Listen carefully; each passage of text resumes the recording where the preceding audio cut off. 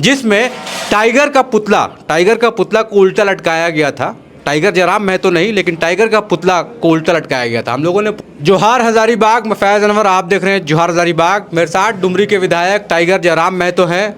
Tiger तो हम लोगों ने नाम दिया है, यहाँ की जनता ने नाम दिया है, लेकिन नाम है जयराम कुमार महतो। मुद्दा ये है कि अभी रामगढ़ में एक आंदोलन हुआ था, आदिवासियों ने किया था। उससे पहले रेल टेका डहर छेका आंदोलन हुआ था, जो 20 सितंबर को कुड़मियों ने किया था। उनका डिमांड था कि कुड़मी को आदिवासी सूची में लाया जाए, लेकिन उसके विरोध में रामगढ़ में एक आंदोलन हुआ जिसमें टाइगर का पुतला को उल्टा लटकाया गया था। टाइगर जयराम महतो नहीं, लेकिन टाइगर का पुतला को उल्टा लटकाया गया था। हम लोगों ने पूछा कि ये कौन है, तो वहाँ के आदिवासियों ने बोला कि ये टाइगर जयराम महतो हैं, इनको उल्टा लटकाया गया है। उसी मुद्दे पे हम लोग बात करने आए हैं कि आखिर ये आंदोलन कहाँ तक जा रहा है और जो इस तरह की व्यवहार एमएलए साहब के साथ हुआ है उस पर ये क्या सोचते हैं। बहुत बहुत स्वागत है जोहार हजारीबाग में। दादा, क्या सोचते हैं उस मामले में जो आदिवासियों ने आपके साथ रामगढ़ में किया है? देखिए, सबसे पहला बात तो भारत एक लोकतांत्रिक देश है और लोकतांत्रिक देश में तरीक़ों के साथ, नियम के साथ, शालीनता के साथ हर किसी को आंदोलन करने का अधिकार है। और उसी क्रम में कुड़मी समुदाय, जिनकी कई दशकों से मांग है, जब से भारत में लोकतंत्र की स्थापना हुई और सितंबर के महीने में उनको बिना किसी कारण के, बिना किसी शौकोज के शेड्यूल ट्राइब की जो सूची थी, उस समय प्रिमिटिव ट्राइब था। जब भारत आज़ाद हुआ, लोकतंत्र की स्थापना हुई, तो वहाँ पर शेड्यूल ट्राइब का उपयोग किया गया, जिसे हम लोग शॉर्ट में एसटी कहते हैं, लेकिन उससे पहले पीटी कह सकते हैं, प्रिमिटिव ट्राइब्स था। तो कुड़मी के साथ 13 माने कुल मिलाकर 13 समूह थे जो उस समय प्रिमिटिव ट्राइब की सूची में सम्मिलित थे। लेकिन जब भारत देश अलग हुआ, आज़ाद हुआ और 1950 में जब लोकतंत्र की स्थापना हो गई, तो सितंबर आते आते कुछ समूह को, हमारे साथ और 1-2 समूह को वहाँ से बाहर कर दिया गया बिना किसी कारण। जहाँ तक कुड़मी को बाहर करने का कारण एकमात्र था कि उनका जहाँ जहाँ उनको उद्योग लगाना था, जहाँ जहाँ कोयला का खदान था, उसमें अधिकांश ज़मीनें कुड़मियों की थी। अधिकांश, मैं नहीं कह रहा हूँ कि सारी, नहीं कह रहा हूँ, फिर अधिकांश ज़मीनें कुड़मियों की थी। आप जहाँ भी पता कर लें, मैं बार बार आपको उदाहरण देता हूँ। अभी टाटा का ही उदाहरण के लिए, टाटा 3 जगह कोयला खोदती है, टाटा घाटो, टाटा सिजवा, टाटा जामाडवा। तीनों में हमको लगता है 95% ज़मीन कुड़मियों की है। अब सर्वे कर लीजिए, अभी इतिहास जिंदा है, अभी गांव जिंदा है, अभी दस्तावेज और कागज़ जिंदा है। तो प्रमुख कारण यही था कि उनकी ज़मीनों में बहुत भारी मात्रा में खनिज छिपा हुआ था और उस खनिजों का दोहन करने के लिए उनको चाहिए था कि जब तक इनको ट्राइब्स की सूची से न हटाया जाए, आसानी से नहीं ले पाते। तो वही प्रमुख कारण था। लेकिन आदिवासियों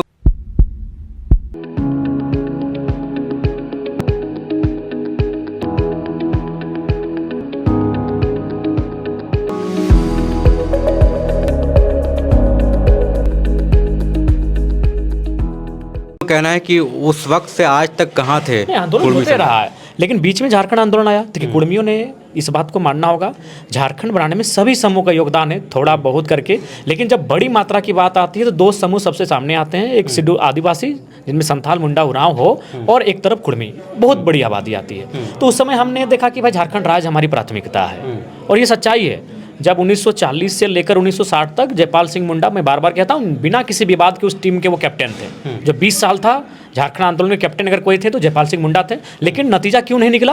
क्योंकि सिर्फ आदिवासी समाज, लोग यही चर्चा हो रही है, केवल आदिवासी समाज झारखंड चाह रहे हैं, तो नहीं मिलने का कारण था। लेकिन जब 70 के बाद विनोद बिहारी महतो की एंट्री हुई और बाकी विनोद बाबू के साथ साथ बहुत सारे ओबीसी, कुछ स्वर्ण चेहरे, दलित, अल्पसंख्यक चेहरे जब आने लगे विनोद बाबू के प्रयास से, विशेषकर धनबाद बोकारो, चूंकि कोयलांचल क्षेत्र ने आग दिया आंदोलन को, तो क्या हुआ कि अब बोला कि नहीं, अब उसके बाद एक नाम, पहले आदिवासियों का आंदोलन बोला जाता था 40 से 60 तक, अब हुआ उसे महतो मांझे का आंदोलन। सभी जानते हैं, जो लोग आज भी जिंदा है आंदोलनकारी, वो प्रमुख रूप से ये नारा आता था, अरे ये महतो मांझे का आंदोलन है।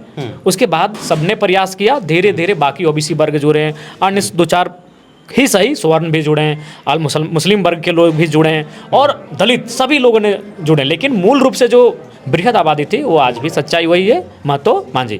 तो हम लोगों ने प्राथमिकता ये दिया, हमारे पूर्वजों ने भी प्राथमिकता यही दिया कि झारखंड हमारा हो जाएगा। झारखंड, अच्छा एक बात बताइए, अगर मान के चलिए 1970 या 1990 के आसपास अगर झारखंड अलग होता, तो नो डाउट राज्य के सबसे बड़े चेहरा कौन होते हैं? या तो विनोद बिहारी महतो होते हैं, या तो शिबू सोरेन होते हैं, या तो निर्मल महतो होते हैं, क्योंकि आंदोलनकारी नेता यही लोग आ रहे थे। अगर किसी को झारखंड मुक्ति मोर्चा से जाकर अगर मुख्यमंत्री बनना होता तो नो डाउट विनोद बाबू बनते, या तो शिबू सोरेन बनते, या तो निर्मल महतो बनते, और 2-4 चेहरे थे।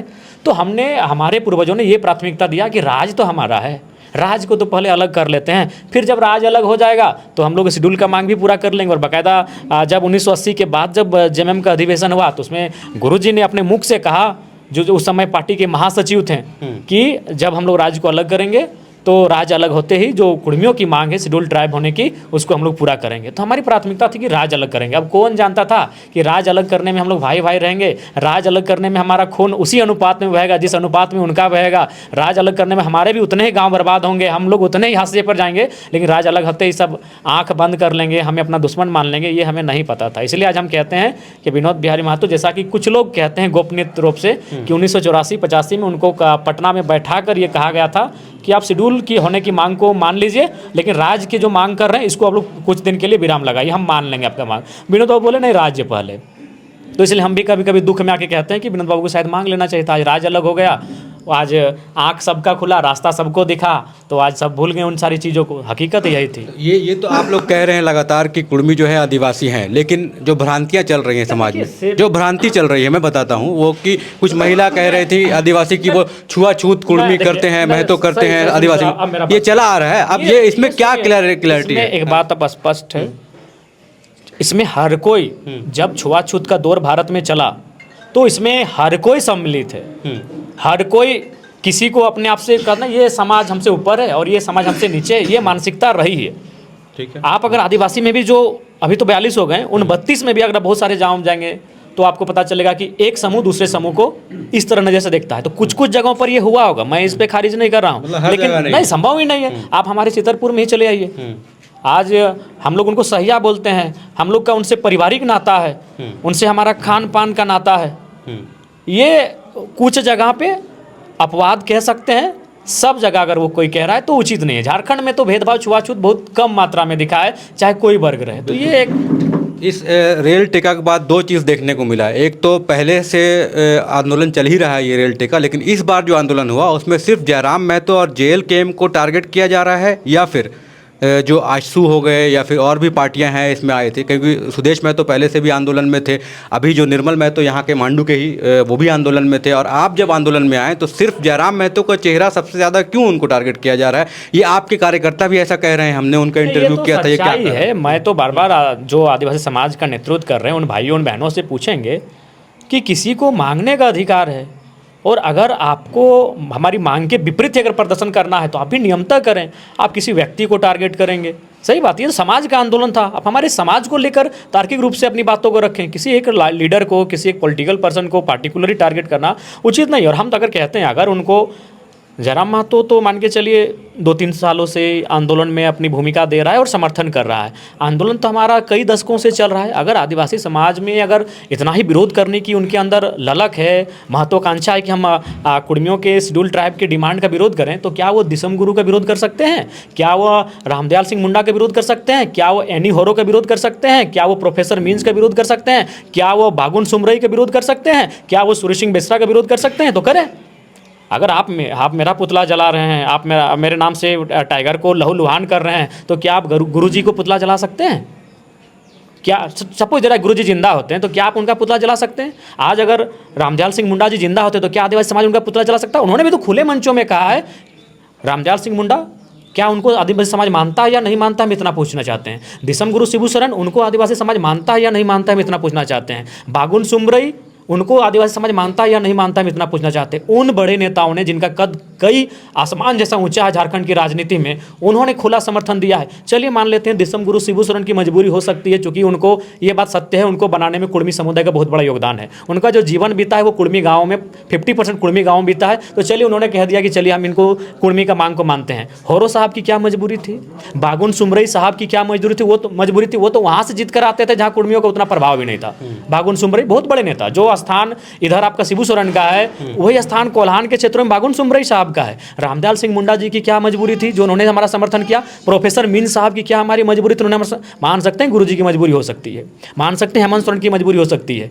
बागुन सुमरई, एनी होरो, उनकी क्या मजबूरी थी जो उन्होंने खुले मंचों पर हमारा समर्थन किया?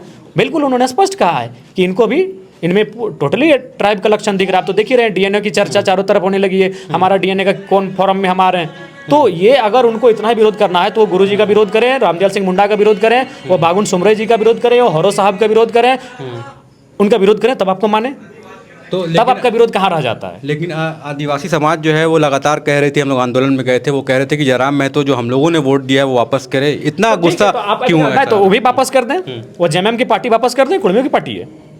आपने हमें ठीक है, हमें 2-4 हज़ार वोट किया, उनके लिए हम सम्मान उनका आदर करते हैं। हमारे विधानसभा से लगभग 2 से 3-4 हज़ार वोट हमें मिला है उनके समाज का, हम उनका सम्मान करते हैं। अगर वैसे अगर हम वोट मांगने लगे तो माननीय मुख्यमंत्री भी नैतिकता के साथ जेएमएम को हटा दे और नई पार्टी बनाए। वो कुर्मियों के लहू से बनी हुई पार्टी है और विनोद बाबू के पैसे से, उसमें पैसा लगा है सिर्फ विनोद बाबू का। दिसम गुरु का संघर्ष है, लेकिन पैसा ओनली विनोद बाबू को लगा है, क्योंकि वो उस समय वकील थे, कागज पत्र, आप ही जानते हैं पार्टी बनाने में कागज पत्र काम होता है। गुरुजी पढ़े लिखे नहीं थे, उनका आदर करते हैं, सम्मान करते हैं, लेकिन सच्चाई बोलने में हम डरते नहीं हैं। तो वो विनोद बाबू की पार्टी है, उनके कागज कलम लगा है, उन्होंने सारा दौड़ धूप किया है पार्टी को बनाने में। तो एक काम करिए, जेएमएम पार्टी को माननीय मुख्यमंत्री छोड़ दें और कोई नया नाम से पार्टी बनाए। अगर वो हमसे 2000-3000 जो वोट दिए उसका अगर हिसाब मांग रहे हैं तो हम लोग भी कहेंगे भाई वो पार्टी हमारे संघर्ष से बनी है, निर्मल महतो खून से बना है। तो झारखंड मुक्त नहीं, हमको बोलने दीजिए, झारखंड मुक्ति मोर्चा निर्मल महतो खून से बना है। निर्मल महतो आज उनको लेकर नफरत दे बयान दे रहे हैं। आप भी जानते हैं फैज भाई, किसी से पूछ लीजिए, अगर 1987 में निर्मल महतो के सीने में गोली नहीं लगती, पहली बार राजीव गांधी तक, बूटा सिंह जो गृह मंत्री थे, राजीव गांधी जो प्रधानमंत्री थे, और नेशनल मीडिया में आज आपका जवाहर हजारीबाग और चैनल है, उस समय देश में एक ही को चैनल था, डीडी न्यूज। उस समय पहली बार निर्मल महतो की शहादत को, झारखंड मुक्ति मोर्चा को और झारखंड अलग राज्य के आंदोलन को दिखाया गया था। उस समय पहली बार निर्मल महतो की शहादत को, झारखंड मुक्ति मोर्चा को, झारखंड आंदोलन को नेशनल न्यूज पर दिखाया गया था। और ये चर्चा हुआ कि झारखंड के लोग हिंसक हो चुके हैं, 72 घंटे का विरोध था, तोड़ फोड़ आगजनी, बहुत जोरदार हिंसा हुआ था राज्य में, उससे पूरा केंद्र और पूरा सिस्टम डरा हुआ था। क्यों डरा हुआ था? निर्मल का लहू बहा था। तो दे दिया जाए झारखंड मुक्ति मोर्चा की पार्टी को, अगर आदिवासी समाज ऐसा कह रहे हैं तो जाते जाते एक और सवाल जो लोगों में चर्चा है कि सुदेश महतो और जो कुर्मी के जितने नेता हैं वो रेल टेका में आए हैं, तो क्या आगे जाके आशु और जेएल के मिल के चुनाव लड़ेगी, क्या है आपका? नहीं, ऐसा कोई नहीं, ये सामाजिक आंदोलन था। अभी कल को घटवार समाज ही कोई आंदोलन करेंगे तो हम उनका भी समर्थन करेंगे। कल को अगर कोई अन्य समाज आंदोलन करेंगे अपने हक अधिकार के लिए तो हम उनका भी समर्थन करेंगे। देखिए, राज्य का सबसे बड़ा दुर्भाग्य फैज भाई, आप मुस्लिम है और अगर मुस्लिम के लिए आंदोलन करेंगे तो लोग बोला यार ये जातिवादी हो गया। मेहता जी अगर मेहता समाज के लिए कोई आवाज़ उठाएंगे तो ये भी जातिवादी हो जाएंगे। लेकिन यहीं पर अगर हम आपका आवाज़ उठा देंगे तो ठीक है, आप इनका आवाज़ उठा देंगे तो ठीक है। तो बस यही मानसिकता है लोगों की। अगर हम जयराम महतो ना होकर जयराम तिवारी होते हैं तो लोग बड़े बेहतरीन तरीके से मेरी बातों को सहमत होते हैं कि नहीं भाई ये तो हम लड़का है 1 to 1 जो भी बातें कह रहा है एकदम तर्क तथ्य के साथ रख रहा है। और अच्छी एक बात बताइए, हमारा विधानसभा में आपने कभी रेल टेका नहीं उठाया, लेकिन आदिवासियों के कई मुद्दे उठाए हैं, उस पर आप जो बता रहे हैं। अनगिनत मुद्दे उठाए हैं। यही पारसनाथ का मुद्दा था, जब मारंग मुरु और जैन समुदाय और आदिवासी समाज आमने सामने थे तो फ्रंट पे आके कौन खड़ा था? जयराम महतो खड़ा था। और ये मैं अपनी प्रशंसा नहीं करूंगा, पारसनाथ के इतिहास में सबसे ज्यादा भीड़ अगर हुई थी तो मेरे आह्वान पर हुई थी कि चलिए पारसनाथ का मेला देखने के लिए। पहली बार कोल्हान से, पुरुलिया से, अन्य जिलों से लोग भारी संख्या में आते थे, इक्के दुक्के आते थे, अपने मेहमान घर रहते थे, मेला देख के चले जाते थे, बस करके, गाड़ी करके। उस दिन मेरा कितना था काफिला में? 96 का स्कॉर्पियो था। आज तक पारसनाथ के इतिहास में वो भीड़ वहाँ नहीं पहुँचा था। 96 का स्कॉर्पियो केवल मेरा काफिले में था जब हम पारसनाथ एंट्री किए थे। तो वो ताकत हमने उनके आवाज़ को दिया था। लेकिन आज वही, आज प्राय हो गए, आज हम लोग दुश्मन हो गए। लेकिन फिर भी आज एक बात बताइए, आज जो लगातार ये विरोध विरोध विरोध, इस राज्य में अगर कुर्मी और शायद हमको लगता है घासी, तांती और 1-2 समूह हैं, घटवार इत्यादि, अगर इनको छोड़ दिया जाए तो उस समय मान के चलिए 10 ट्राइब्स थे, आज हैं 42। तो 30 नया ट्राइब कैसे आया जी? 30 को नया ट्राइबल कैसे आया इस राज्य में? और जब 30 नए ट्राइबल आए, उनको जब सूची में शामिल किया गया, तब किसी ने क्यों नहीं विरोध किया?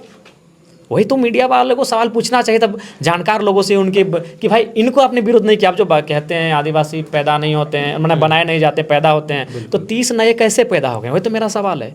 चूँकि जेन्युइन सच्चाई यही है कि भारतीय संविधान आर्टिकल 342 भारत देश में आदिवासी नहीं, शेड्यूल ट्राइब पैदा करता है, ये सच्चाई है। और उसी आर्टिकल के तहत झारखंड में 30 नए आदिवासी समूह को पैदा किया गया है और अभी वो 42 है। हाल ही आप कह रहे हैं कि आपकी मांग जो है वो, हम लोग कह रहे हैं कि हमें पुनः सूचीबद्ध कर दिया जाए, जैसे थे वैसे। हाँ, जैसे थे हमें पुनः सूचीबद्ध कर दिया जाए, ताकि हम भी जो आज हमारी जो परिस्थितियाँ विकट हो रही हैं, आज जो हमारे आसानी से हमारे ज़मीनों का अधिग्रहण हो रहा है, आज जिस प्रकार से हम लोग हर चीज़ से झेल रहे हैं, आज हम लोग अपनी आइडेंटिटी को लेकर संकट में आके खड़े हो गए हैं, तो कम से कम उससे हम बचा पाएँ, तो वही हम मांग कर रहे हैं। एक और जो अभी सोशल मीडिया में बहुत चल रहा है, एक निशा भगत और ज्योत्सना किरकिट्टा को लेके आप महतो समाज के लोग जो है कुछ अभद्र टिप्पणी भी कर रहे हैं, उधर से भी टिप्पणी हो रहा है, इस पे आप क्या सोचते हैं? हम इस पे हम दोनों समाज के लोगों से यही कहना चाहेंगे कि देखिए, आप रहना सबको यही है, एक दिन काल के गाल में सबको चला जाना है। ये सूरज, ये धरती, ये नदी नाला पर्वत पहाड़ सब एक दिन इसी जहाँ में लुप्त हो जाएंगे। जिसका उदय हुआ उसका अंत होगा, सब इसी दिन मर के चले जाएंगे। इसलिए अगर सहमत होना, असहमत होना, बढ़िया तथ्यों के साथ किसी का विरोध भी करना है तो तरीके के साथ करें। और मैं दोनों ही समाज को कहूँगा, लेकिन फैज भाई इसकी शुरुआत किसने की? वही तो हम कह रहे हैं, आज कुर्मी इस राज्य में आर्थिक सामाजिक रूप से कमज़ोर हो गए, इसीलिए सब लोग उनको देख लेते हैं कि ठीक है, अगर किसी ने इधर से कुछ अपशब्द कहा है तो मैं व्यक्तिगत रूप से क्षमा चाहता हूँ, क्योंकि मैं भी उस समाज से आता हूँ। लेकिन शुरुआत किसने किया था ये आपको भी मालूम है। रामगढ़ में एक लड़का सामने आता है, हमारे पूरे समाज को लेकर बहन की गाली देता है, तो उसी समय अगर इन चीज़ों को रोक दिया गया होता, वही जो किरकिट्टा बहन है वो चैलेंज करती है छोटा सा वो रील्स बना के कि 100 पे हम भारी पड़ेंगे, तभी अगर इन चीज़ों को रोक दिया गया होता तो शायद ये काउंटर नहीं होता। तो शायद ये कोई जो भी इधर से अगर कोई काउंटर कर रहे हैं उनके शब्दों का या फिर अमर्यादित हो रहे हैं, तभी ये रुक जाता। शुरुआत कहीं ना कहीं उधर से की गई है, जिसका खामियाजा उनको भी भुगतना पड़ रहा है, हमें भी भुगतना पड़ रहा है और आगे भी भुगतना पड़ेगा। इसलिए बेहतर है बुद्धिजीवी वर्ग को आगे आकर इन चीज़ों पर बात करनी चाहिए और इन पर इनका समाधान निकालना चाहिए। और दूसरी बात, हमारा विरोध कौन कर रहा है? क्या हमारा कोई विधायक लेवल का आदमी हमारा विरोध कर रहा है? बताइए तो। हमारा विरोध वही लोग कर रहे हैं जिनको लीडर बनना है। मैं नाम उनका नहीं लूँगा, आप उनका हिस्ट्री पता कीजिए। मैक्सिमम लोग, एक नई पार्टी आई है भारत आदिवासी पार्टी, शॉर्ट में बाप बोलते हैं, उनसे वो चुनाव लड़ चुके हैं शायद, और चुनाव लड़ने की इच्छा भी है। तो वो जानते हैं कि चुनाव तभी हम जीतेंगे या फिर चुनाव में पॉपुलर होंगे जब इस प्रकार के कार्यक्रमों में उपस्थित होंगे। तो इसलिए उनका मनसा वही है। कोई सामाजिक नेता अगर है जो बहुत बड़ा जानकार हो, कोई विद्वान टाइप का, कोई माने एक जानकार अनुभवी व्यक्ति, तो माने वही लोग आंदोलन में आग लगा रहे हैं जिनको लीडर बनना है और पूर्व में चुनाव लड़ चुके हैं, लेकिन 300-400-500 वोट आता है उनको, 400-500 1000 1500 वोट आता है। ये सच्चाई है। एक भी बड़ा नेता बताइए जो विधायक कद का हो और ये आके कह रहा हो कि नहीं हमारी मांग गलत हो। चूँकि जब रघुवर दास जी की सरकार थी तो माननीय मुख्यमंत्री हेमंत सोरेन जो आज हैं वो शायद प्रतिपक्ष के नेता थे, उन्होंने खुद हस्ताक्षर किया है उस कागज पर, 42 विधायकों का हस्ताक्षर है। तो क्या आदिवासी समाज हेमंत सोरेन जी का पुतला दहन करेंगे? क्या उनके नाम का कोई प्रतिमा लगाकर उल्टा टांगेंगे? क्योंकि कुर्मियों के एसटी होने का समर्थन तो हेमंत सोरेन जी ने भी किया है। तो ये उनकी दोहरी नीति केवल हमारे प्रति जयराम महतो के प्रति क्यों? ये तो स्पष्ट दिखा रहा है, या तो वो भोले भाले लोगों को भड़काया जा रहा है या तो उनके अंदर नफरत भरा गया है। क्या अगर वो हेमंत सोरेन का विरोध कर पाते हैं तो मेरा विरोध करें, कोई दिक्कत नहीं है। यदि वो दिसम गुरु शिबू सोरेन का विरोध कर पाते हैं तो विनोद बाबू का विरोध करें, कोई दिक्कत नहीं। अगर वो बागुन सुमरई रामदयाल सिंह मुंडा का विरोध कर पाते हैं तो निर्मल महतो का विरोध करें, कोई दिक्कत नहीं। आप विरोध केवल हमारे समुदाय से आने वाले महापुरुषों का विरोध कर रहे हैं। निशा दी क्या बोल रही है बताइए? विनोद बाबू को लेकर वो बोल रही है फर्जी है। तो ये इस बीज को आज जो मैंने ये जो चल रहा है नफरत का भाव, ये शुरुआत कहाँ से हुई आपको ही मालूम है। मैं बार बार कह रहा हूँ, मांगने का अधिकार हर किसी का है। रघुवर दास जी अपने समाज को, रघुवर दास जी का समाज आज मोटा मोटी हमारे समाज की तुलना में थोड़ा सा संपन्न है। आज सूरज भाई उसी समाज से आते हैं। रघुवर दास जी अपने समाज को जब सूचीबद्ध में शामिल करने के लिए जिनके घर में बैठे हैं, सूरज भाई हमारे रघुवर दास जी के समाज से आते हैं। लेकिन जब क्या वो सूचीबद्ध करने के लिए रघुवर दास जी ले गए तो क्या किसी ने विरोध किया? नहीं, क्योंकि मांगना अधिकार था। वहाँ से उनको लौटा दिया गया कि आपकी मांग को नहीं मानेंगे, ये फिर भविष्य में प्रयास करेंगे, ऐसा नहीं है। लेकिन उस समय ना, वो तो ठीक है, वो लोग कह रहे हैं मांगना तो अधिकार है, लेकिन ये असंवैधानिक तरीका से रेल टेकर वो तय करेंगे तब तो भारत झारखंड का बनना ही असंवैधानिक है। अगर कुर्मियों का रेल टेकर आंदोलन करना असंवैधानिक है तो झारखंड का बनना ही असंवैधानिक है। क्योंकि हमने झारखंड लिया ही है लड़के, लहू से झारखंड लिया है। उस समय भी रेल टेका गया था। उस समय हमारा घर जीटी रोड में है, कई गाड़ियों को लाइन में खड़ा करके आग जला दिया जाता था। हमारे चाचा लोग लगाते थे, उनको अभी पेंशन मिल रहा है आंदोलनकारी का। उनको पुलिस पीटती थी, जेल में भरती थी जब वो गाड़ियों को रोकते थे। क्योंकि आंदोलन जब भी होता है, झारखंड आंदोलन में हिंसा का रोल है। जिनको दिक्कत है, सुनने में दिक्कत हो, भारत की आज़ादी में भी हिंसा का रोल है। अगर भगत सिंह, सुभाष चंद्र बोस, उनके साथ जो हुआ वो हिंसा है। गांधी जी के साथ जो हुआ वो अहिंसा है। तो हिंसा दोनों का मिश्रण है। मैं स्पष्टवादी हूँ, इसलिए बातों को स्पष्ट कहता हूँ। तो जिनको लग रहा है कि रेल टेकना असंवैधानिक है, झारखंड राज्य भी उसी रास्ते से मिला है, सीधी सी बात है।